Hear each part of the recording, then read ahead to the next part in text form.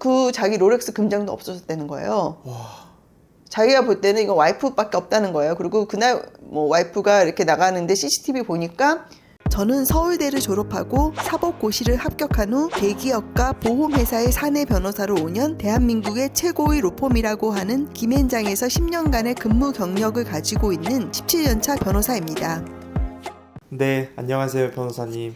안녕하세요. 궁금한 게 있습니다. 이혼 소송을 하고 있잖아요. 네. 이혼 소송을 하면 법적으로는 현재 아직 이혼을 한 게 아니기 때문에, 근데 아내가, 별거 중인 아내가 만약에 내가 살고 있는 집에 와가지고 막 물건을 막 훔쳐갔어요. 그런 경우가 있을 수 있잖아요. 네. 이혼 소송 중이니까 이제 자기 걸 챙기겠다고. 네. 그런 경우에 고소를 할 수 있나요? 이게 안타깝지만 결론적으로 안 됩니다. 이게 우리 형법에는 친족상도례라는 게 있어요.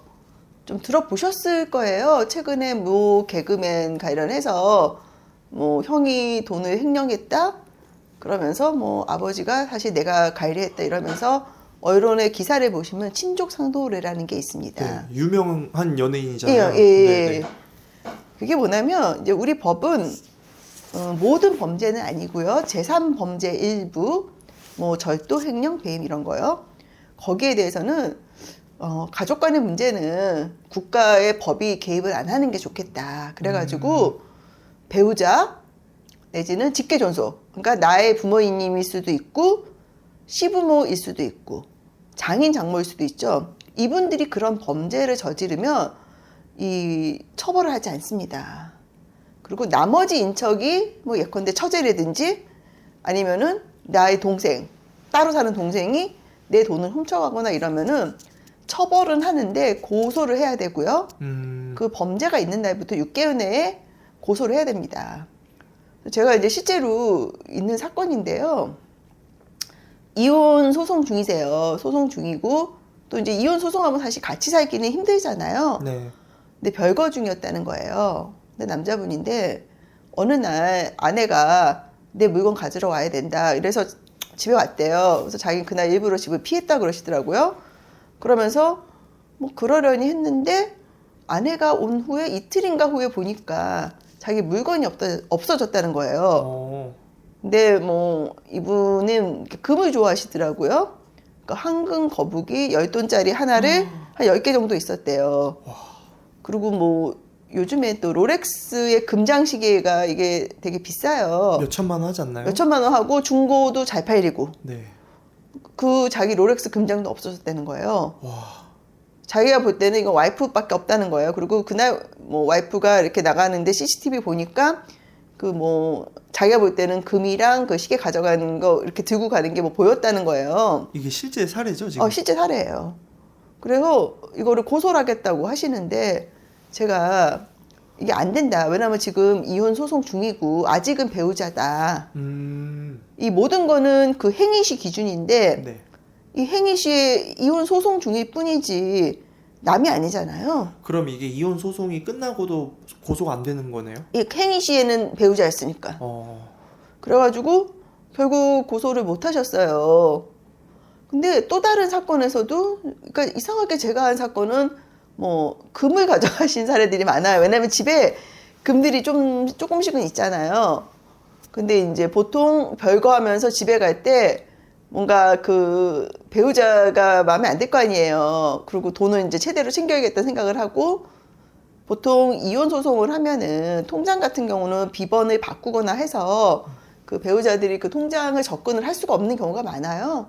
근데 집에 있는 현금, 이 금 이런 경우는 가져가더라고요. 흔히 말하는 동산이죠, 동산. 예, 그리고 그쵸? 이게 그 처분이 잘 되고 현금성이 좋잖아요. 그렇죠. 예, 그리고 뭐 그 가져간 배우자 입장에서는 내가 가져갔던 증거가 어디냐 이렇게 첫 번째 얘기를 하고 두 번째는 또 문제가 돼도 할 말이 있어요. 이게 왜 네 거야? 나랑 너랑 공동 소유지.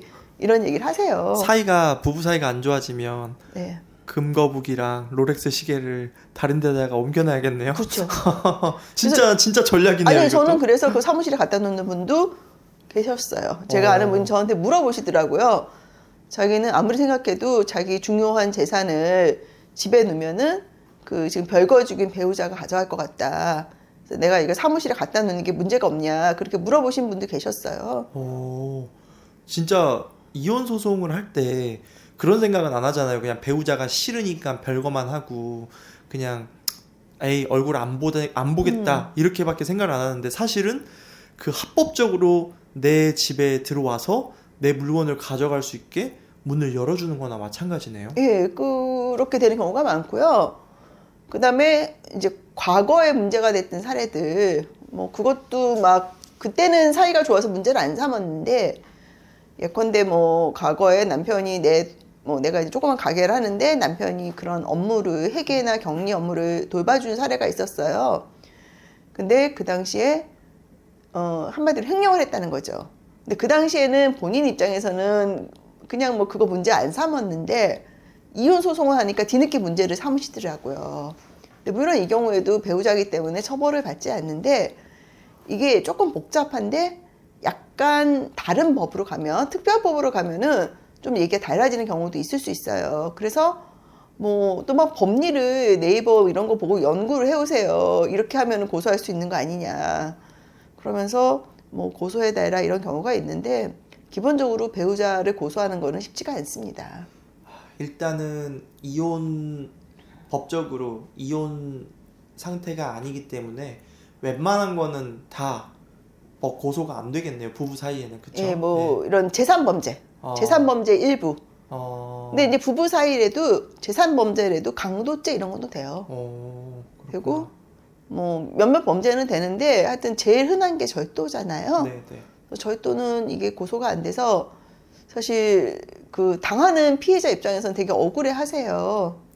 근데 그건 어떻게 할 수가 없습니다. 이 영상을 이혼 소송을 준비하기 전에 보면 굉장히 도움이 많이 될 것 같아요. 당연하죠. 집에 있는 네. 기중품은 네. 어떻게든 안전한 곳으로 옮겨야 된다. 뭐 이런 생각을 하시는 분이 많겠죠. 자기 사무실로 아니면 네. 차로 다 네. 갖다 놔야겠다. 이제 이렇게 판단하실 것 같은데 이게 실제로 지금 소송을 맡아서 진행하고 있는 사건이라는 게 더 저는 재미있는 이야기인 것 같습니다. 그래서 그분이 이제 제가 형사로 어렵다 하니까 이걸 꼭 서면에 써달라는 거예요. 민사 서면에. 민사 서면을 쓰면 판사님이 그거 보고 어떤 좀 유리하게 판결을 해주나요? 변호사님 생각은 어떻게 뭐 조금 생각하세요? 영향을 미칠 수는 있는데 어. 증거가 일단 있어야 되고요. 어. 근데 이제 보통 이런 경우가 증거가 없는 경우가 많잖아요. 네, 네. 그냥 없어졌는데 그걸 와이프가 가져갔다는 거를 입증하는 게 쉬운 건 아니거든요. 예컨대 와이프가 무슨 봉투 하나 들고 가방 하나 들고 나갔다.